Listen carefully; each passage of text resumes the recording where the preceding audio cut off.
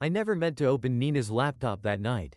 But as I walked into our home office, I noticed the screen glowing softly in the dark. She'd left it open on the desk, an innocuous mistake. Normally, I would have ignored it, respecting her privacy as I always had. But something, call it intuition, call it a gut feeling, pulled me closer. I leaned in, and that's when I saw it. The words stared back at me, brazen and unapologetic, splashed across the screen in a font too small to hide their meaning but large enough to crush me in an instant. The messages were from Adam, her colleague. "I can't stop thinking about last night," one read. Another, "When can we be together again?" I felt my stomach drop, a cold wave of nausea rolling over me. My hands began to shake, but I couldn't tear my eyes away. I scrolled up, each new line of text another stab to the heart. The conversation was vivid, detailed, filled with the kind of passion and longing that I hadn't seen in our marriage for years. They spoke in a language I thought Nina and I had invented. But here it was, stolen, corrupted by someone else. For a moment, I thought it must be some kind of sick joke. Nina, my wife of 12 years, wouldn't betray me like this. But the truth was right there, illuminated by the cold light of the screen, undeniable and brutal. I could barely breathe. My mind raced through 1,000 emotions, disbelief, anger, sadness. But one stood out above all, rage. Not the kind of rage that explodes immediately, but a deep, smoldering fury that builds slowly, promising to consume everything in its path. I snapped the laptop shut and stumbled back, my heart pounding in my chest. I didn't know what to do, where to go. All I knew was that I couldn't let this go unpunished. I couldn't let them get away with this. Revenge wasn't just an option, it was the only option. The night after discovering the messages, I lay in bed, staring at the ceiling, my thoughts spinning in circles. Nina slept beside me, her breathing slow and steady, as if nothing had changed. I couldn't stop replaying the conversation I'd read, searching for some sign that it was all a misunderstanding. Maybe it was just a joke, I told myself, some kind of twisted banter between colleagues. After all, I knew Nina. We had been through so much together, shared so many moments that only we could understand. How could she throw it all away for Adam, of all people? It didn't make sense. It couldn't make sense. The more I thought about it, the more I began to doubt what I'd seen. Maybe I'd misread the tone. Maybe there was some context I was missing. I wanted to believe that Nina was innocent, that the woman I loved wasn't capable of such betrayal. But then, I remembered the intensity of those words, the raw emotion that had been missing from our relationship for so long. I turned over, watching Nina as she slept. She looked so peaceful, so familiar. Her hair spread across the pillow, her face relaxed in the soft light coming through the curtains. It was the face of the woman I'd loved for over a decade. The woman I'd built a life with. But now, that face was also a mask, hiding secrets I wasn't ready to confront. My mind continued to race, bouncing between denial and suspicion. I wanted to wake her up, demand an explanation, but something held me back. What if I was wrong? What if I was about to destroy our marriage over a misinterpretation? I knew I needed more proof before I could accuse her of something so devastating. As the hours dragged on, I felt myself sinking into a state of paralysis. I didn't want to believe it, but the seeds of doubt had already been planted. I couldn't erase the images, the words I had seen, but I wasn't ready to accept them either. I needed to know the truth, but I was terrified of what it might do to me, to us. Finally, as dawn began to break, I made a decision. I would watch, I would listen, I would gather more evidence before confronting Nina. I needed to be sure, absolutely sure, before I took a step that could ruin everything. With that resolution, I felt a strange calm settle over me. The path ahead was uncertain, but at least I had a plan. For now, I would pretend nothing had happened, playing the role of the oblivious husband until the moment was right. But deep down, I knew that whatever happened next, our lives would never be the same. The days that followed were a blur of paranoia and subtle surveillance. I became a shadow in my own life, always watching, always listening.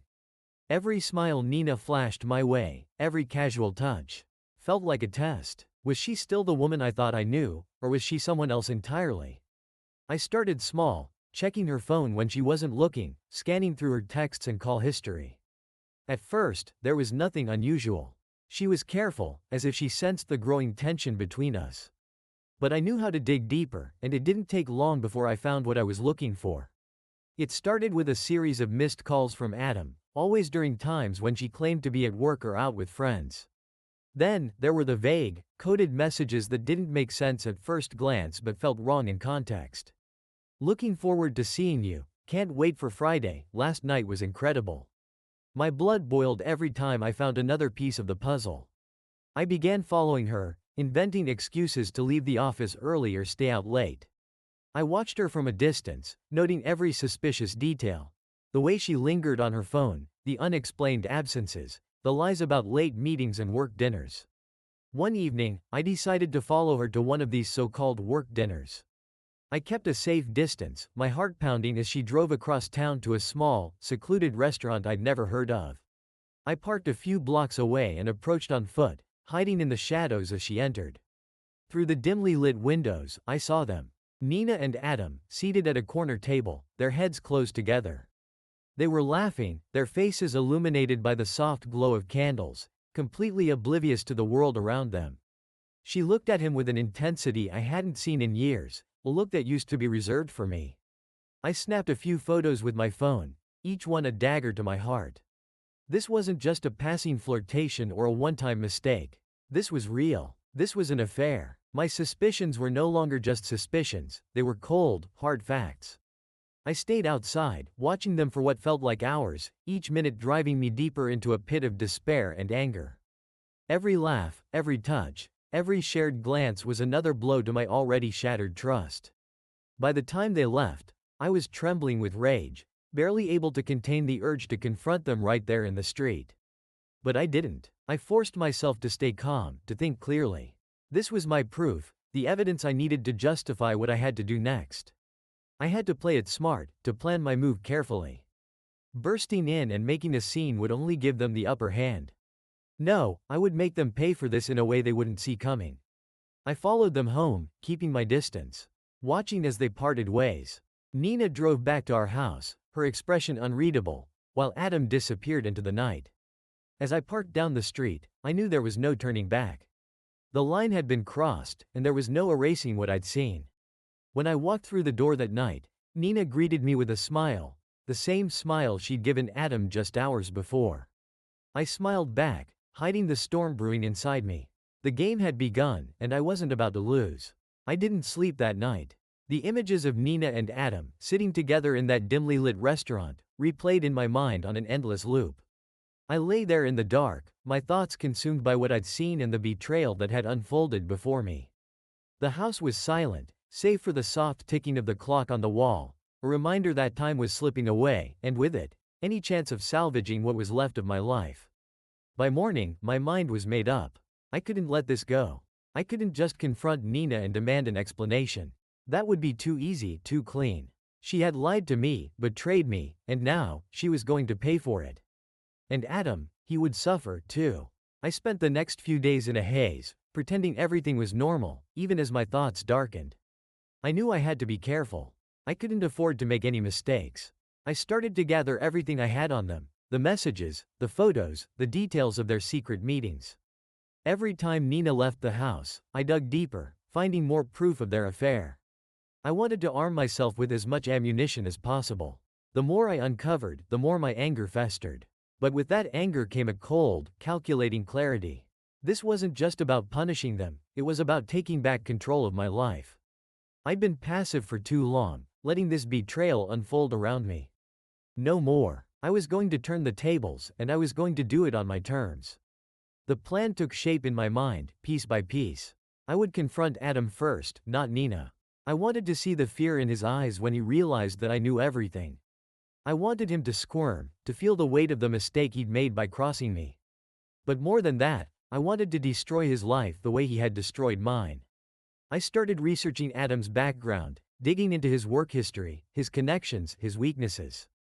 It didn't take long to find that his reputation wasn't as spotless as he liked to pretend. He'd made enemies before, colleagues he'd undercut, deals he'd sabotaged, people he'd left behind in his climb to the top. I knew I could use this to my advantage. I found his home address, his favorite spots in the city, even the gym where he worked out.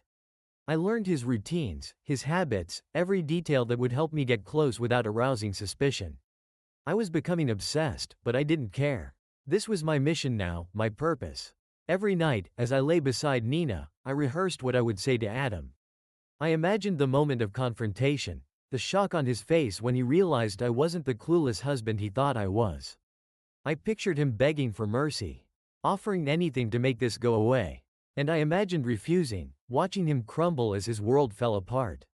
But it wasn't just about humiliating Adam. I wanted him to feel the same helplessness I felt when I discovered the affair. I wanted to strip him of his power, to show him that he wasn't invincible. And once I had him where I wanted him, I would make sure that everyone knew who he really was. As the plan solidified, I felt a twisted sense of satisfaction. For the first time since this nightmare began, I was in control. I wasn't just reacting to the situation, I was shaping it, bending it to my will. And when it was all over, I would emerge stronger, unbroken, while Nina and Adam would be left to pick up the pieces of their shattered lives. The decision was made. Revenge wasn't just an option, it was a necessity. And I was ready to do whatever it took to see it through. With my decision made, I threw myself into the preparation, pouring all my energy into creating the perfect trap for Adam. I couldn't afford any mistakes, every detail had to be flawless. I wanted to make sure that when I confronted him, he would have no way out. The first step was to organize the evidence. I spent hours going through everything I had gathered, the texts, the photos, the timestamps. I created a timeline of their affair, detailing every meeting, every line Nina had told me to cover her tracks. I compiled everything into a folder on my computer, labeling it simply, proof. But I knew that wasn't enough. Adam was a man with resources, connections, and experience in dealing with difficult situations. He wouldn't crumble easily. I needed something more, something that would ensure he had no choice but to comply with my demands.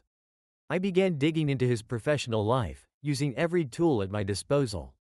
I searched through public records, scanned his social media profiles, and even paid for access to private databases. It didn't take long to find the dirt I was looking for: questionable business dealings, unresolved conflicts, and a few gray areas that could easily be turned into a scandal if presented in the right light. I drafted an anonymous email that I planned to send to his employers, outlining his indiscretions and attaching just enough evidence to make it believable. It was a bluff, but a convincing one. I knew that if Adam thought his career was in jeopardy, he would be more inclined to cooperate. Next, I created a fake email account, one that couldn't be traced back to me. I used it to send a series of anonymous messages to Adam, hinting that someone knew about his affair and the secrets he was hiding. I made sure the messages were vague enough to keep him guessing but ominous enough to make him sweat. I could almost picture him reading them, his confident smirk fading as he realized that his perfect little world was about to come crashing down. Then came the hardest part: waiting. Every day, I watched Adam from a distance, studying his reactions, trying to gauge whether he was feeling the pressure. I saw him checking his phone more often, his expression growing tense. He started leaving work early, avoiding eye contact with colleagues, and even skipped a few of his usual gym sessions. The cracks were beginning to show. I knew it was time to strike when I caught him one evening, pacing outside his office building, looking like a man on the edge. I sent him one final message, this time directly from the proof folder, a single photo of him and Nina, taken outside the restaurant. The caption was simple: "We need to talk. Tomorrow, 7 p.m. Come alone." I chose a secluded spot for our meeting, a quiet park on the outskirts of the city, far from any prying eyes. I arrived early, positioning myself where I could see him approach but remain hidden until the right moment. My heart raced as I waited, adrenaline coursing through my veins. This was it. Everything I had planned was about to come to a head. As the minutes ticked by, I rehearsed my words, running through every possible scenario in my mind. I imagined Adam arriving with a smug look on his face, thinking he could talk his way out of this. I pictured the moment when I would reveal the extent of what I knew, watching his confidence crumble as he realized how deep he was in. But underneath the anger and anticipation, there was a flicker of doubt. I was about to cross a line from which there would be no return. I knew that once I set this plan into motion, nothing would be the same again, not for me, not for Nina, and certainly not for Adam. And yet, despite that doubt, I felt a strange sense of calm. This was my moment. The power was finally in my hands, and I wasn't about to let it slip away. The sun began to set, casting long shadows across the park. As I watched the entrance, my resolve hardened. Adam was about to learn a lesson he would never forget, and I would be the one to teach it. The park was eerily quiet as the sun dipped below the horizon, casting everything in a deep, somber blue. I stood by the bench where I'd told Adam to meet me, hidden in the shadows of a large oak tree. My heart thudded in my chest, the adrenaline from anticipation making my senses sharper, more acute. I could hear every rustle of the leaves, every distant hum of the city far away. At precisely 7 p.m., I saw him. Adam approached from the far end of the park, his silhouette tall and confident in the fading light. He was dressed in his usual business casual attire, a leather briefcase in one hand. It struck me that he still seemed sure of himself, even now. The sight of him walking toward me, oblivious to what was about to happen, sent a wave of anger through me. I stepped out from behind the tree, moving into the open. The instant Adam saw me, his stride faltered. For a moment, I saw confusion flicker across his face, followed by a flash of recognition, then something else, fear, maybe.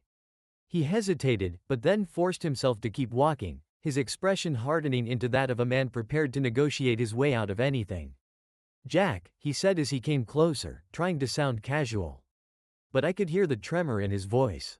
"Didn't expect to see you here." I didn't respond right away, just stared at him, letting the silence stretch. I wanted him to feel the weight of what was about to happen, to understand that he wasn't in control here. Finally, I spoke, my voice low and measured. "I know about you and Nina." He froze, and for a second, I thought he might try to deny it. But the look in his eyes told me he knew there was no point. Instead, he swallowed hard, his bravado faltering. "Jack, it's not what you think. Don't lie to me." I cut him off, my tone sharper now. I could feel the anger bubbling up, threatening to spill over. "I have everything. The messages, the photos, the dates. I know exactly what you've been doing with my wife." Adam's eyes darted around, as if searching for a way out, but we both knew there wasn't one. He looked back at me, his confidence shattered. "Look, man, I didn't mean for it to happen. It just did. But this doesn't have to go any further. We can handle this like adults." "Handle this like adults?" I repeated, incredulous. "You think I'm just going to let you walk away from this? After what you've done?" I took a step closer, feeling the fury rise in my chest. "You've been lying to me, lying to everyone. You thought you could have it all, didn't you? My wife, your job, your perfect little life. Well, guess what, Adam? That's over." His face paled as he realized how serious I was. He tried to compose himself, but the fear was evident now. "What do you want, Jack? Money? I can pay you. We can make this go away, no one has to know." I almost laughed at the desperation in his voice, at the pathetic offer he thought would solve everything. "You think this is about money?" I shook my head, disgusted. "This is about making you pay for what you've done. And trust me, Adam, you're going to pay." I reached into my pocket and pulled out my phone, opening the folder I'd labeled proof. I showed him the screen, the images and messages that would ruin him. His eyes widened as he saw the evidence, his last shred of composure crumbling. "Here's how this is going to work," I said, my voice cold and deliberate. "You're going to end this affair, right now. You're going to stay away from Nina, and you're going to disappear from our lives. If you don't, this goes public. Your boss, your colleagues, your friends, they'll all know who you really are. You'll lose everything." Adam stared at the phone, his breath coming in shallow gasps. He knew I had him cornered, that there was no way out of this. But then, something shifted in his expression. His fear turned to something darker, something that sent a chill down my spine. "You don't know who you're dealing with, Jack," he said, his voice low, a hint of menace creeping in. "You think you can just blackmail me and walk away? I have connections, people who can make your life very difficult. If you try to take me down, I'll make sure you regret it." For a moment, we stood there, locked in a silent standoff. I hadn't expected him to push back like this, to threaten me. But then, as I looked into his eyes, I realized that Adam wasn't just a cheating husband, he was something much more dangerous. The realization hit me like a punch to the gut. My plan, so carefully constructed, was unraveling before my eyes.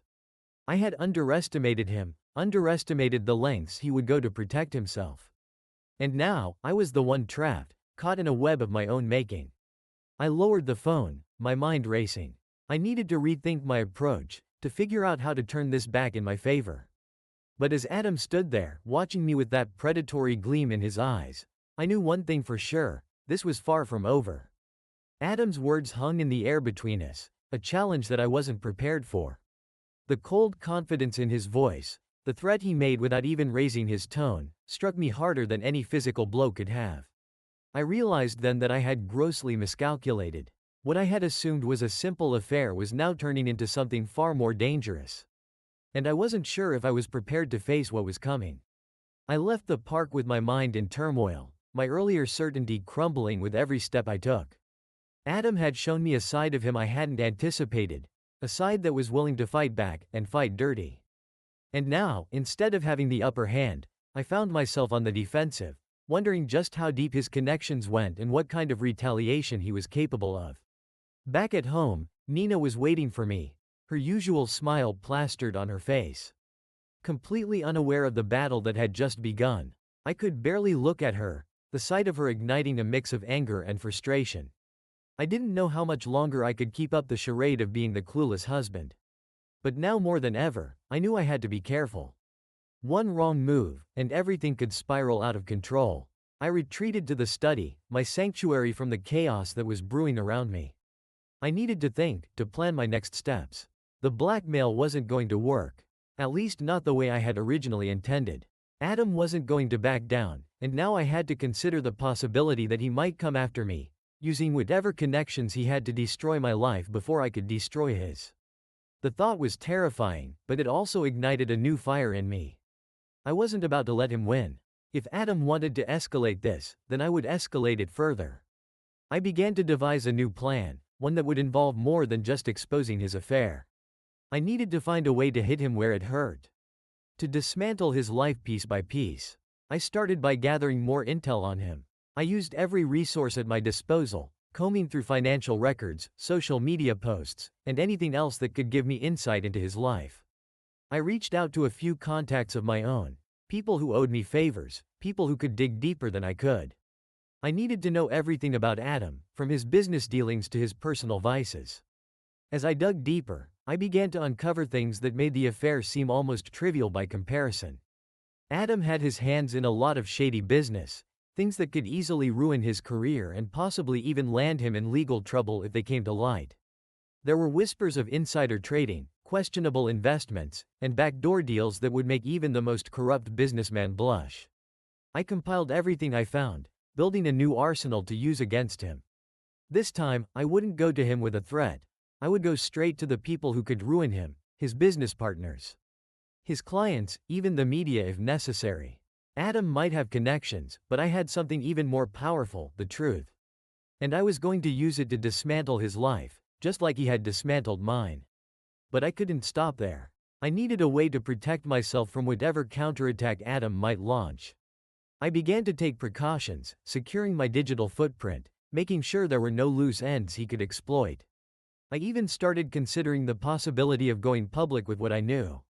Turning the whole thing into a spectacle that Adam couldn't control. It would be risky, but it might be my best chance of taking him down. As the days passed, I felt the tension mounting. Every time Nina left the house, I wondered if she was meeting Adam, plotting with him, or if she even knew what was happening behind the scenes. The distance between us grew, a silent chasm that I wasn't sure we could ever bridge again. But at this point, I didn't care. My focus was on Adam, on making him pay for everything he had done. Finally, I was ready. I had the evidence, the contacts, the plan. All I needed was the right moment to strike. But just as I was about to set my plan into motion, something happened that I hadn't anticipated. Adam made the first move. It started with a letter. A simple, unassuming envelope slipped under my door in the dead of night. Inside was a single sheet of paper, typed, unsigned. The message was brief but clear: back off, or you'll regret it. I stared at the words, a chill running down my spine. Adam wasn't bluffing, he was coming after me, and this was his warning shot. He knew what I was doing, and he was ready to escalate things even further. For the first time since this all began, I felt a pang of fear. Adam wasn't just playing a game, he was playing for keeps. And now, it was a question of who would blink first. But I knew one thing for certain: I couldn't back down. I had gone too far, and there was no turning back now. If Adam wanted a war, then I would give him one. But I had to be smarter, more cautious. I had to anticipate his next move and be ready to counter it. As I stood there, clutching the letter in my hand, I realized that this was no longer just about revenge. It was about survival, and only one of us was going to come out on top. The letter sent a shockwave through me, one that lingered long after I had read and reread those chilling words. Back off, or you'll regret it. Simple, direct, and terrifyingly effective. It was a reminder that I was playing with fire. And Adam was more than willing to burn me if it meant protecting himself. I knew I couldn't dismiss this as an empty threat. Adam had already shown that he wasn't the type to fold under pressure. If anything, he thrived on it. The man had resources, connections, and a ruthless streak I had underestimated. And now, he was making it clear that he wasn't going to let me take him down without a fight. The next few days were a blur of anxiety and paranoia. I started to see threats everywhere, in every unknown number that called my phone. In every car that seemed to follow me a little too closely, in every sideways glance from a stranger. I couldn't shake the feeling that Adam was one step ahead, watching my every move, waiting for the perfect moment to strike. I doubled down on my precautions, becoming even more meticulous in covering my tracks. I encrypted my files, secured my communications, and even considered hiring private security, though I knew it would be difficult to explain that to Nina. I didn't want her to know how deep I was in, how far this situation had escalated. But I could feel the tension building between us, the unspoken knowledge that something was terribly wrong. And then, just as I thought I had bought myself some time, Adam made his next move. It started with my bank account. I had gone to withdraw some cash one morning, only to find that my account was frozen. Panic set in as the ATM spit out a receipt with a balance of 0. I called the bank, my hands shaking as I waited on hold, only to be told that there was a discrepancy in my account. And it was under investigation. I knew immediately that this was Adam's doing. He must have pulled some strings, used his connections to tie up my finances, knowing that it would cripple me. And he was right, it did. With my accounts frozen, I couldn't access my money, pay my bills, or even fund the plan I had so carefully crafted. I was trapped, with no way out. But Adam didn't stop there. Within days, I started receiving calls from clients, people I had worked with for years, suddenly canceling projects, backing out of deals, and reassessing their relationships with me. It was a calculated attack on my livelihood, designed to isolate me, to cut me off from my income and resources. And it was working. Each new blow felt like a punch to the gut, leaving me reeling and scrambling to regain my footing. I tried to salvage what I could, but the damage was already done. My reputation was being systematically dismantled, and I was powerless to stop it. Adam was making good on his threat, and there was no doubt in my mind that this was just the beginning. Desperation set in as I realized how dire my situation had become. My carefully laid plans were falling apart, unraveling before my eyes as Adam continued his relentless assault. I could see the endgame now, the point at which I would have nothing left to fight with, and Adam would emerge victorious. But I wasn't ready to give up. Not yet. With everything crashing down around me, I knew I had to change tactics. The direct approach had failed, and now I had to be more cunning, more subtle. If Adam was going to ruin me, then I needed to find a way to turn the tables, to use his own aggression against him. I decided to reach out to someone I had avoided contacting up to this point, my lawyer, Frank. Frank was a tough, no-nonsense kind of guy, the type who had seen it all and wasn't easily intimidated. I knew he could help me navigate the legal minefield Adam was laying at my feet, and more importantly, he could do it discreetly. I scheduled a meeting with Frank under the pretense of discussing a business deal, keeping the details vague in case anyone was watching. When I walked into his office, I could tell he sensed something was off. He didn't press me for details, though. He knew better than to ask questions when a client was clearly on edge. I laid out the situation as best I could, explaining the basics without going into too much detail. Frank listened quietly, nodding as I spoke, his expression growing more serious by the minute. When I finished, he leaned back in his chair, considering his response. "This guy sounds like trouble," Frank finally said, his voice steady. "But he's not invincible. Everyone has a weak spot, even someone like him. We just need to find it." I nodded, feeling a glimmer of hope for the first time in days. "What do you suggest?" Frank smiled faintly, a knowing look in his eyes. "We fight fire with fire. If he's using his connections to hurt you, we use the law to hurt him. We find out what he's hiding, his own skeletons, and we make sure he knows that if he keeps pushing, he's going down with you. It wasn't a perfect plan, but it was the best option I had. With Frank's help, I started to gather information on Adam's business dealings, looking for anything that could be used to leverage him. It was a dangerous game, one that could easily backfire, but at this point, I had nothing left to lose. As we dug deeper, I began to uncover more of Adam's secrets, each one more incriminating than the last. Frank was right. Adam wasn't invincible. He had made mistakes, and those mistakes could be exploited. But the clock was ticking. Adam wasn't going to wait around for me to mount a counterattack. He was going to keep coming, keep tearing down everything I had built, until there was nothing left. I had to move quickly, to strike before he could finish me off. It was a race against time, and the stakes had never been higher. I knew that the next move I made could be my last chance to turn the tide in my favor. I just hoped it wasn't already too late. Just when I thought I had no cards left to play, something unexpected happened. Nina made an offer that I never saw coming. It was a late evening, the kind that made the silence in our home feel heavy and suffocating. I was in the study, going through the evidence Frank and I had gathered against Adam, trying to piece together a strategy that could save me from the brink. My nerves were frayed, my mind stretched thin from the constant tension, and the endless back and forth between hope and despair. Nina entered the room quietly, almost hesitantly, which was unusual for her. She was always so self-assured, always the one to take charge of any situation. But tonight, she looked different, worn down, almost fragile, as if she had been carrying a burden that was finally too heavy to bear. "Jack, we need to talk," she said, her voice soft, but with an edge that demanded attention. I looked up, surprised by the tone in her voice. "What's going on?" She hesitated, her eyes avoiding mine for a moment before she spoke again.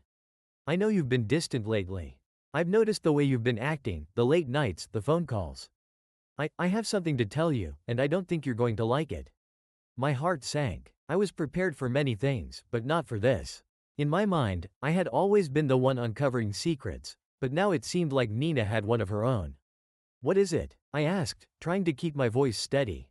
She took a deep breath, steeling herself. "I know about Adam," she confessed, her voice trembling slightly. "I know about the affair." The words hit me like a freight train, knocking the wind out of me. I stared at her, stunned into silence. How could she know? Had Adam told her? Was this another one of his manipulations, trying to turn her against me? Nina continued before I could respond. "I found out a few weeks ago. I saw the messages on his phone when he left it unattended during one of our meetings. I confronted him about it, and he admitted everything. Anger and betrayal surged through me. And you didn't think to tell me? You just kept it to yourself?" She flinched at the bitterness in my voice but held her ground. "I didn't know how to tell you. I was ashamed, Jack. Ashamed of what I did. Ashamed of how I got caught up in something so stupid and reckless. I wanted to find a way to end it without you finding out, without hurting you." I shook my head, unable to comprehend what I was hearing. "You didn't want to hurt me? Nina, I've been living in hell. Trying to figure out why you were doing this, why you were betraying me. And now you tell me you knew all along?" Tears welled up in her eyes, but she wiped them away angrily. "I'm not proud of what I did, Jack. But I'm trying to fix it. That's why I'm here, to make things right." Her words barely registered. My mind was racing, caught between the fury of her confession and the confusion of what this meant for everything I had been planning. If Nina knew about the affair, if she had confronted Adam, then where did that leave us? Where did that leave me? Why are you telling me this now? I finally asked, my voice low. She looked at me with a mix of desperation and resolve. "Because Adam's dangerous, Jack. More dangerous than you realize. He's been making threats, saying that if I don't continue with the affair, he'll ruin both of us." I didn't know what to do, but then I realized, you've been fighting him too, haven't you? You've been trying to protect us. The realization hit me hard. Adam had been playing us both, using our secrets against each other to keep us under his control. And in doing so, he had turned us into enemies when we should have been allies. "I want to help," Nina said, her voice steady now. "We can take him down together, Jack. I know things about Adam that could ruin him, things he's been trying to keep hidden from everyone. But I need your help to do it. We can end this, but only if we work together." I looked at her, trying to gauge her sincerity. Could I trust her after everything that had happened? Could we really take down Adam together, or was this just another trap, Another way for him to get to me? But as I stared into her eyes, I saw something I hadn't expected: fear. Genuine fear. And it was then that I realized that Nina was just as much a victim of Adam's manipulation as I was. She had made a mistake, a terrible one, but she was trying to fix it. And if we had any chance of getting out of this mess, we had to do it together. All right, I said finally, the weight of the decision settling over me. We'll do this together. But you need to tell me everything, Nina. No more secrets. If we're going to take Adam down, we have to be on the same page. She nodded, relief flooding her face.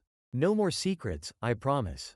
As we sat down to plot our next move, I couldn't help but feel a strange mix of emotions. Anger, betrayal, fear, but also a glimmer of hope. For the first time since this nightmare began, I wasn't alone in fighting Adam. Nina was with me, and together, we might just have a chance to turn the tables on him. But I knew this wasn't going to be easy. Adam was a dangerous man, and now that we were both in his crosshairs, we had to be smarter, faster, and more ruthless than ever before. This was no longer just a battle for revenge. It was a battle for survival. And we were going to have to fight it together. With Nina now by my side, the dynamic shifted. The anger and betrayal I felt toward her hadn't completely dissipated. But it was tempered by a new sense of purpose. We were united by a common enemy, and that had to be enough, for now. Our plan was simple in concept but required careful execution. We would bait Adam into revealing his vulnerabilities, exposing the skeletons in his closet that even his powerful connections couldn't protect him from. But first, we needed more information, something concrete, something that would force his hand. Nina was the key to that. Despite everything that had happened, she still had access to Adam in ways I didn't. She knew his habits, his routines, and most importantly, his weaknesses. Together, we devised a strategy that would take advantage of Adam's arrogance, luring him into a trap he wouldn't see coming. The first step was for Nina to get back in touch with Adam, to convince him that she was willing to play along with his demands, at least for now. She would have to be convincing, make him believe that she was genuinely afraid of what he could do, and that she was ready to cooperate. It was a dangerous game, one that required Nina to tread carefully. One wrong move, one hint of deceit, and Adam would know something was up. But Nina was determined, fueled by the same fear and anger that drove me. She was ready to play her part, no matter how risky it was. Our opportunity came sooner than expected.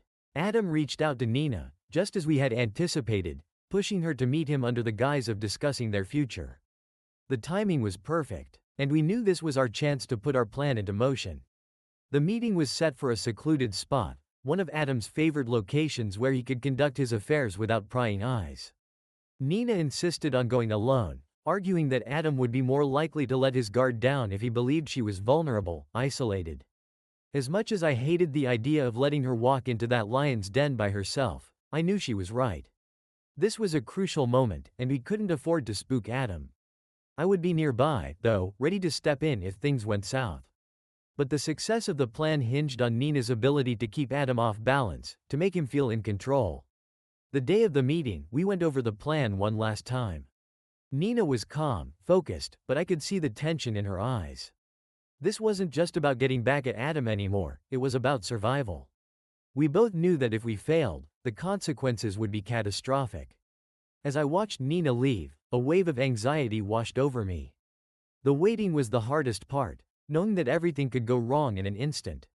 I drove to the meeting location, parking a safe distance away, where I could observe without being seen. The spot was as secluded as advertised, a private cabin tucked away in the woods, far from any main roads or curious onlookers. It was the perfect place for Adam to conduct his dirty dealings, and it was also the perfect place to trap him. Nina arrived on time, just as Adam had instructed. I watched through binoculars as she approached the cabin, her posture tense but confident. She knocked on the door, and after a brief pause, Adam let her in. My heart pounded as I waited, every second stretching out into an eternity. I kept my eyes glued to the cabin, watching for any sign of trouble, any indication that Nina was in danger. But the minutes ticked by, and nothing happened. Finally, after what felt like hours but was probably only half an hour, I saw movement. The cabin door opened, and Nina stepped out, followed closely by Adam. They stood on the porch, talking, their voices too low for me to hear. Nina was doing a good job of keeping him engaged, playing the role of the scared, remorseful lover. Adam seemed relaxed, confident, exactly what we needed him to be. Then, just as we had hoped, Adam did something we hadn't dared to count on. He pulled out his phone and started scrolling through it, showing Nina something on the screen. This was the moment we'd been waiting for. I grabbed my camera, zooming in as much as I could, and snapped a series of photos. With any luck, I would capture something incriminating, something that we could use against him. But just as I was about to take another shot, my phone buzzed. It was a message from Nina, sent discreetly while Adam was distracted. He's showing me something on his phone. I think it's the evidence he's been using to blackmail people. I'm going to ask to see it up close. Be ready. My pulse quickened as I read the message. This was it, the critical moment. If Nina could get her hands on that phone, even for a second, we might be able to find the leverage we needed to destroy Adam once and for all. I watched with bated breath as Nina reached out, her fingers brushing against Adam's phone. He hesitated for a moment, then handed it to her, clearly confident that she wouldn't dare betray him. Nina took the phone, pretending to scroll through it as they continued to talk. I could only imagine the tension she must have been feeling, knowing that she was holding the key to our entire plan.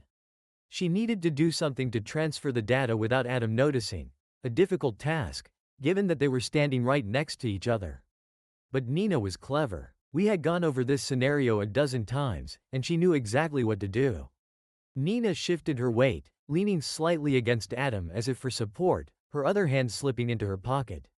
I couldn't see exactly what she was doing, but I knew she was triggering the tiny device we had planted in her purse, a device designed to clone the contents of Adam's phone in seconds. It was a long shot, but it was the best option we had. After what felt like an eternity, Nina handed the phone back to Adam, who took it without a second thought.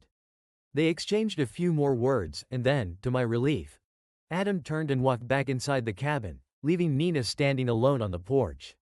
She waited until the door closed behind him, then quickly made her way back to her car, her face pale but determined. I waited until she was safely inside before starting my own car and following at a distance.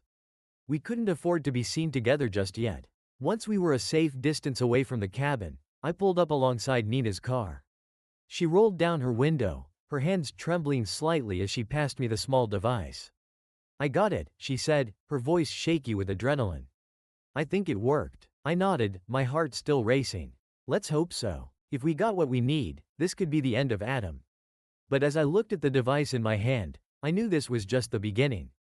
We had made our move, but Adam wasn't going to go down without a fight. The real battle was about to begin, and there was no telling how it would end. With the device in hand and the evidence of Adam's machinations on the horizon, the tension was palpable. I drove us to the office where Frank was waiting, my mind racing with the possibilities of what we might uncover. Nina sat beside me, her silence heavy with anticipation and fear. We both knew that the stakes had never been higher. Frank's office was a fortress of legal prowess, stacks of files, a large mahogany desk, and an impressive array of legal texts lining the walls. It was here, amidst the quiet efficiency of his workspace, that we hoped to find the ammunition we needed to bring Adam down. We arrived at Frank's office, and he greeted us with a stern nod, his expression serious. "Let's see what you've got," he said, gesturing for us to sit at a conference table. Nina handed over the device, and Frank immediately set to work. As he examined the device, his brow furrowed in concentration. The minutes ticked by slowly, each second amplifying the anxiety in the room. I paced back and forth, trying to suppress the waves of unease that threatened to overwhelm me. Nina watched Frank with a mix of hope and apprehension, her hands clasped tightly in her lap. Finally, Frank looked up, his expression inscrutable. "All right," he said, holding up the device. "Let's see what we've got." He connected it to his computer and began transferring the data. The screen flickered with files and messages, and I could see the tension in Frank's face as he sifted through the information. Time seemed to stretch endlessly as he delved into the digital trove, searching for something, anything, that could be used against Adam. "What exactly are we looking for?" Nina asked quietly, her voice barely audible. Frank glanced at her, his eyes sharp. "Anything that links Adam to illegal activities or unethical practices. If he's been using this phone to blackmail or manipulate people, there should be some evidence of that." I nodded, feeling the weight of the moment pressing down on me. If we could find concrete evidence of Adam's wrongdoing, it would not only vindicate us but also give us the leverage we needed to counteract his threats and attacks. The minutes dragged on, each one filled with mounting tension. Frank's focus never wavered as he dug deeper into the data, his eyes scanning through emails, text messages, and documents. I tried to stay calm, but my anxiety was mounting with each passing second. Nina's fingers drummed anxiously on the table, mirroring my own sense of urgency. Then, Frank's face lit up with a flicker of satisfaction. "Found something," he said, his voice carrying a note of relief. He pulled up a series of emails and documents on the screen, showing evidence of Adam's illicit activities. It was a damning collection of information, emails detailing blackmail schemes, financial transactions with suspicious entities, and communications indicating that Adam had been using his position to manipulate and exploit people. "This is it," Frank said, pointing to the screen. "This evidence shows that Adam has been involved in illegal activities and unethical practices. It's a solid case, and it could be enough to bring him down." Nina let out a breath she didn't realize she had been holding. "What do we do now?" Frank leaned back in his chair, considering his next steps. "We need to take this evidence and use it strategically. First, we should prepare a dossier of the findings and present it to the authorities. They'll be able to investigate further and take appropriate action." I nodded, feeling a mix of relief and apprehension. This was the break we had been waiting for, but it was also a risky move. Once we handed over the evidence, there would be no turning back. Adam would know we were coming for him, and he would likely retaliate. "We need to be prepared for anything," I said, my voice firm. "Adam is dangerous, and he won't take this lightly." Frank agreed. "Absolutely. We should also start working on a public strategy to protect your reputation and counteract any attempts Adam might make to discredit you. We'll need to be proactive and stay one step ahead." As we began to organize the evidence and prepare our next moves, a sense of cautious optimism settled over the room. The battle was far from over, but for the first time, we had a real chance to turn the tide. The evidence was a powerful weapon, and with it, we could fight back against Adam's machinations. Nina and I left Frank's office feeling a renewed sense of purpose. The path ahead was fraught with challenges, but we were no longer facing them alone. We had the evidence, the support of our legal team, and most importantly, each other. Together, we could take on Adam and fight for justice. As we walked out of the building, I glanced at Nina, her face set with determination. We were about to step into a new phase of this battle. One that would test our resolve and our strength. But we had come this far, and we weren't about to back down now. With the evidence in hand and our plan taking shape, we prepared for the next phase of our fight. Adam had made a dangerous enemy, and we were ready to see it through to the end. The days following the release of the evidence were a whirlwind of activity and mounting tension. The dossier we had prepared, meticulously compiled with the incriminating data against Adam, was now in the hands of the authorities. We had done everything we could to ensure that the case was airtight, but we knew that Adam would not take this lying down. Our legal team, led by Frank, worked tirelessly to prepare for the fallout. They reached out to journalists, provided background information on Adam's activities, and prepared statements to be released to the public. The goal was to control the narrative and ensure that our side of the story was heard loud and clear. Meanwhile, Adam's reaction was swift and brutal. Within hours of the evidence surfacing, the media was ablaze with reports about his alleged crimes. News outlets ran sensational headlines, casting Adam in a damning light. His business empire, once untouchable, began to show signs of cracking. Clients pulled their contracts, investors demanded their money back, and employees faced uncertainty as the company teetered on the edge of collapse. Despite the public scrutiny, Adam was not one to surrender quietly. He launched a counterattack, leveraging his connections and resources to discredit both Nina and me. He spread false rumors, planted misleading information, and tried to paint us as vengeful and vindictive. The media frenzy turned chaotic as Adam's camp accused us of fabricating evidence and engaging in a personal vendetta. Nina and I braced ourselves for the onslaught. We were under constant scrutiny, and our private lives were exposed in ways we had never imagined. The stress was immense, and the pressure to maintain our composure while dealing with the relentless media was overwhelming. One evening, as we sat in our living room, the weight of the situation hit us both. The evidence had been revealed, but the battle was far from over. Our lives had been turned upside down, and we were now fighting not just for justice, but for our own reputations and sanity. I didn't think it would get this bad, Nina said, her voice trembling as she stared at the television, which was broadcasting yet another news segment about Adam's downfall. I sat beside her, my own stress evident in my posture. Neither did I, but we knew it wouldn't be easy. Adam's a powerful man, and he's not going to give up without a fight. Nina looked at me, her eyes filled with a mixture of fear and determination. What if he comes after us directly? What if he tries to destroy us? We have to be prepared for that, I said, trying to keep my voice steady. Frank and the legal team are working on damage control. We'll counter his attacks and keep pushing forward. We have to stay strong. As if on cue, there was a knock at the door. Frank entered, his face grim but resolute. I wanted to give you an update, he said, taking a seat. We've received confirmation that the authorities are taking this case seriously. Investigations are underway, and the evidence is holding up under scrutiny.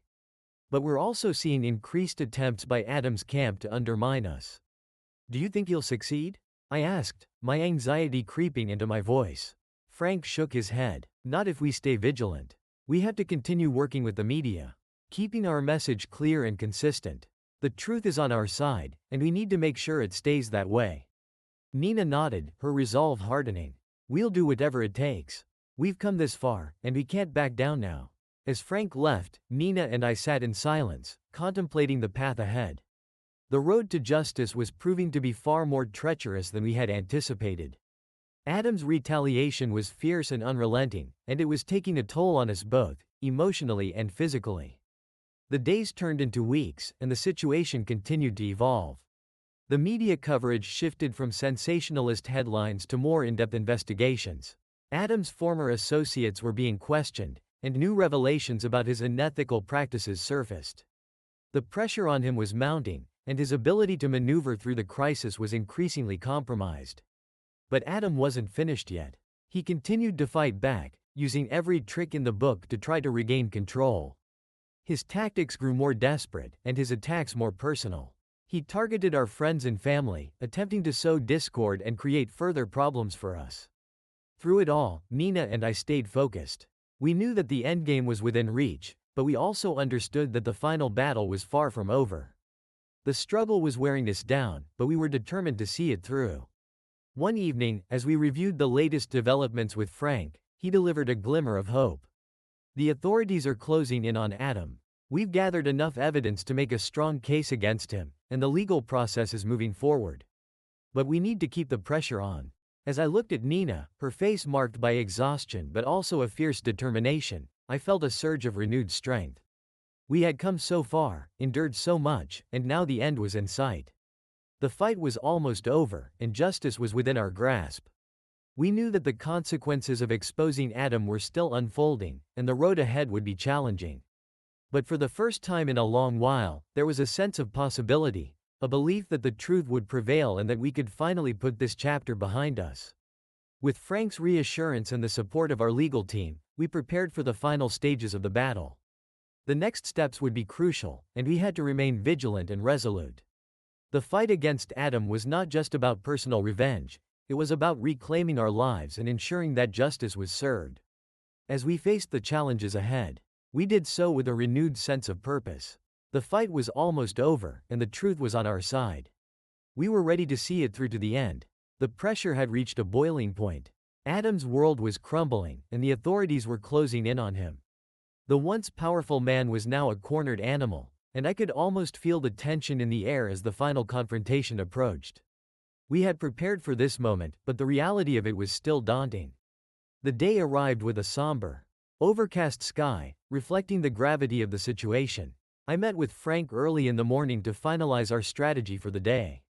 The legal proceedings were set to begin, and this was our chance to put an end to Adam's reign of terror once and for all. Frank was his usual calm and collected self, but there was an unmistakable intensity in his demeanor. Today is the culmination of everything we've worked for, he said, his voice steady. We've built a strong case, but we need to be prepared for Adam's final attempts to fight back. He's not going to go down quietly. Nina and I nodded, the weight of the moment heavy on our shoulders. We had spent countless hours preparing for this day, gathering evidence, dealing with media scrutiny, and navigating the legal labyrinth. Now, it was time to face Adam in the court of law and see justice served. The courtroom was filled with a tense atmosphere. Reporters, lawyers, and spectators packed the benches, eager to witness the unfolding drama. Adam entered with his usual air of arrogance, though there was a clear edge of desperation in his demeanor. His eyes met mine briefly, and I saw a flicker of defiance. Frank led us to our seats, where we reviewed the final details of our presentation. The evidence we had gathered was undeniable, and we had prepared a detailed timeline of Adam's activities, complete with supporting documents and testimonies. Our goal was to present a compelling case that would leave no room for doubt. As the trial began, the courtroom was silent except for the sound of the judge's gavel and the rustling of papers. Frank took the floor first, presenting our case with precision and clarity. He laid out the evidence meticulously, highlighting the key points of Adam's misconduct and illustrating the harm it had caused. Adam's defense team was combative, attempting to discredit our evidence and cast doubt on our motives. They argued that the evidence was circumstantial and that we had a personal vendetta against Adam. Their attempts to deflect attention from the real issues were evident, but Frank was prepared for their tactics. Witnesses took the stand, including some of Adam's former associates and victims of his schemes. Their testimonies painted a vivid picture of Adam's manipulative behavior and the damage he had inflicted. The courtroom was gripped by their accounts, and it became increasingly clear that Adam's defense was struggling to counter the mounting evidence. The turning point came when we introduced the phone data, the crucial piece of evidence that had been the cornerstone of our case. Frank expertly walked the court through the contents, demonstrating how Adam had used his position to blackmail and exploit individuals. The detailed forensic analysis left no room for argument. Throughout the proceedings, Adam's demeanor shifted. The confident facade he had maintained began to crack under the weight of the evidence. His attempts to remain defiant grew increasingly strained, and it was clear that the walls were closing in on him. As the day drew to a close, the judge announced a brief recess before the closing arguments. Nina and I sat in silence, the enormity of what had transpired sinking in. We had come so far, and now it was a matter of waiting for the final judgment. During the recess, Adam approached me in the hallway, his expression a mix of anger and desperation. "You think you've won?" he sneered. "This isn't over. I'll find a way to turn this around." I met his gaze calmly, a sense of resolution settling over me. "It's over, Adam. You can't escape the truth." With that, he turned and walked away. His shoulders slumped. I felt a surge of relief and apprehension. The confrontation was intense, but the final verdict was still pending. As the court reconvened, Frank delivered our closing arguments with powerful conviction. He summarized the evidence, reinforced the impact of Adam's actions, and urged the court to deliver a verdict that reflected the severity of the crimes. The judge's final remarks were a mix of stern judgment and measured empathy. He acknowledged the weight of the evidence and the significance of the case. The room was silent as he prepared to deliver his verdict. When the judge finally spoke, the words were clear and decisive. Adam was found guilty on multiple counts, including blackmail, fraud, and unethical business practices. The sentence was harsh, reflecting the gravity of his offenses and the damage he had caused. Relief washed over me as the judge's gavel came down, marking the end of the trial. The weight of Adam's influence was finally lifted, and the pursuit of justice had been realized. Nina and I exchanged a look of profound relief and accomplishment. As we left the courthouse, the media frenzy that had surrounded us for so long began to dissipate. The focus was now on Adam and his downfall, and for the first time in months, we could begin to rebuild our lives. The final confrontation was over, and justice had been served. It had been a grueling journey, filled with challenges and setbacks, but we had emerged victorious. The truth had prevailed, and Adam's reign of terror had come to an end. As we walked away from the courthouse, I knew that the road ahead would still have its obstacles. But for now, there was a sense of closure and a chance to start anew. The battle was over, and we were ready to move forward with our lives, free from the shadow of Adam's manipulation and deceit. The aftermath of the trial was both a relief and a challenge. Adam's conviction marked a significant victory, but the damage caused by his actions, and the subsequent media storm, left a profound impact on our lives. With the courtroom drama behind us, Nina and I were faced with the task of rebuilding and moving forward. In the days following the trial, the media frenzy began to subside, though the echoes of Adam's downfall continued to ripple through our lives. The press coverage gradually shifted focus, but the damage to our reputations and personal lives was already done. We were no longer just fighting for justice, we were also dealing with the fallout of the public scrutiny and the emotional toll it had taken on us. Nina and I decided to take some time away from the chaos to focus on ourselves. We retreated to a quiet cabin in the mountains, away from the hustle and bustle of city life. It was a place where we could find solace and begin the process of healing. The cabin was nestled in a serene, wooded area, offering a peaceful escape from the relentless demands of our recent months. The isolation was exactly what we needed, a chance to breathe, reflect, and reconnect. Each morning, we woke to the sound of birds chirping and the sight of mist rising from the forest. The simplicity of the surroundings provided a stark contrast to the complexities of our recent experiences. We spent our days hiking, cooking simple meals, and enjoying the tranquility of our environment. The quietude allowed us to have honest conversations about everything we had been through. We talked about the trial, the media circus, and the impact on our relationship. It was a time of vulnerability and reconnection, where we could address the strain that had been placed on our marriage. One evening, as we sat on the porch watching the sun set behind the mountains, Nina turned to me with a thoughtful expression. "Do you think we'll ever fully move past this?" I took her hand, feeling a deep sense of gratitude for her presence. "I don't know, but I do know that we have each other, and that's something we can build on. We've been through so much, and if we can face it together, I believe we can find a way forward." Nina nodded, her eyes reflecting a mix of hope and uncertainty. "It's been a long road, but I feel like we're starting to heal. It's just going to take time." As we continued to navigate the road to recovery, we sought professional counseling to help us process the trauma and rebuild our relationship. The therapy sessions provided a safe space to explore our emotions, address unresolved issues, and develop strategies for moving forward. The healing process was gradual and required patience and understanding. We learned to communicate more openly, express our feelings, and support each other through the ongoing challenges. It was clear that our relationship had been tested, but there was a renewed commitment to making it stronger. In addition to personal growth, we also focused on restoring our professional lives. I returned to work with a renewed sense of purpose, determined to regain my footing and rebuild my career. Nina, too, faced the challenge of re-establishing her professional reputation, and we both supported each other through this transitional period. The journey to recovery was far from easy, but we found solace in the small victories and the progress we made each day. The scars of our recent experiences would not disappear overnight, but we were determined to rebuild our lives with resilience and hope. As the months passed, the intensity of the situation faded, and we began to reclaim our sense of normalcy. The media coverage dwindled, and Adam's influence over our lives diminished. We found new opportunities for growth and renewal, both personally and professionally. One day, as we sat together reflecting on our journey, I realized that while the past had been painful, it had also been transformative. We had faced adversity, fought for justice, and emerged with a deeper understanding of ourselves and each other. The road to recovery was ongoing, but with each step, we moved closer to a future where we could leave the shadows of the past behind and embrace the possibilities ahead. The trial and its aftermath had tested us in ways we never anticipated. But it had also strengthened our bond and given us a renewed sense of purpose. With the support of each other and the lessons learned from our experiences, Nina and I looked to the future with a sense of optimism.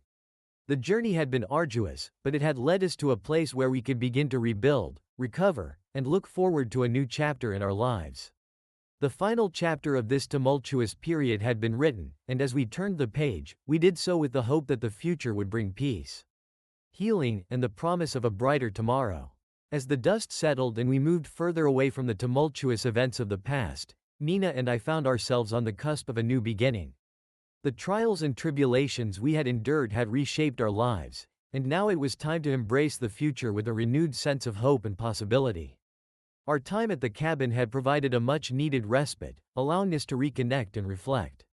But the real challenge was to translate the healing and growth from our retreat into our everyday lives. We returned to the city with a fresh perspective and a determination to rebuild not just our careers but our relationship and sense of self. One of the first things we did was to seek new opportunities and set new goals. I began to explore different career paths, considering new projects and ventures that excited me. The ordeal with Adam had shifted my priorities and made me reassess what truly mattered. I decided to pursue a project that combined my professional skills with a personal passion for community development. Nina, too, embarked on a new journey. She was offered a chance to lead a major initiative in her field, one that allowed her to showcase her talents and restore her professional reputation. It was a significant opportunity, and we both recognized how important it was for her to embrace this new chapter with confidence. Our relationship, tested by the recent challenges, had become stronger. We were more communicative and supportive, having learned the value of transparency and empathy. We continued with therapy, not as a necessity but as a proactive step to ensure that our bond remained resilient and our emotional well-being intact.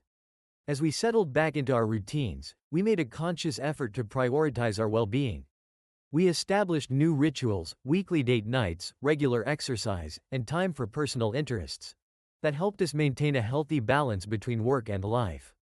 These small but significant changes provided a sense of normalcy and joy amidst the challenges. One of the most significant aspects of our new beginning was the way we approached our personal and professional lives with renewed purpose. The experience with Adam had been a harsh lesson, but it had also imparted valuable insights. We were more aware of the importance of integrity, resilience, and the impact of our actions on others. The community around us also played a crucial role in our recovery. We reconnected with friends and family, who had supported us through the ordeal. Their unwavering presence and encouragement helped us find solace and reaffirmed the strength of our relationships. Looking back, it was clear that while the journey had been fraught with difficulty, it had also led to profound personal growth. We had faced betrayal, adversity, and public scrutiny, but we had come out the other side with a deeper understanding of ourselves and each other. As we stepped into the future, we did so with a sense of optimism and gratitude. The past had shaped us, but it no longer defined us. We were ready to embrace new opportunities, build on our experiences, and live our lives with a renewed sense of purpose. In the quiet moments of reflection, as we looked out at the city skyline from our apartment, we knew that the road ahead would have its challenges. But we also knew that we were equipped to handle them with strength, resilience, and a shared commitment to our future. Our new beginning was not just about moving on from the past, it was about creating a future that reflected our growth and aspirations. The experiences we had endured had brought us closer together and given us a newfound appreciation for the simple joys of life. With a renewed sense of purpose and a hopeful outlook, Nina and I embraced our new chapter, ready to face whatever came our way. The journey had been arduous, but it had also been transformative. As we looked forward, we did so with a sense of excitement and the belief that the best was yet to come.